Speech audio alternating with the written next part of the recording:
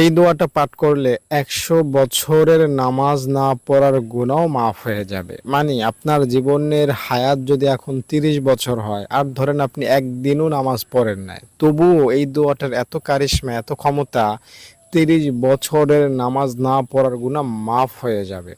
আপনার বয়স যদি এখন হয় 70 বছর, আপনি যদি এই দোয়াটা পড়েন তো আপনার 70 বছরের নামাজ না পড়ার গুনাহ আল্লাহ মাফ করে দিবেন। তবে নিয়ম কানুন আছে, দোয়াটা পড়ার সঠিক নিয়ম মেনে যদি দোয়াটা পড়তে পারেন তবেই আপনি উপকার পাবেন। নিয়ম কানুন সহকারে দোয়াটা এখন আমি বলবো, তার আগে অনুরোধ করছি ভিডিওটিতে একটা লাইক করেন আর কমেন্টে সবাই লেখেন আল্লাহুম্মা আমিন। যারা লাইক করলেন, কমেন্টে আমিন লেখলেন, দুহাত তুলে দোয়া করে আল্লাহ তাআলা আপনাদেরকে জান্নাত দান করেন। আল্লাহুম্মা আমিন।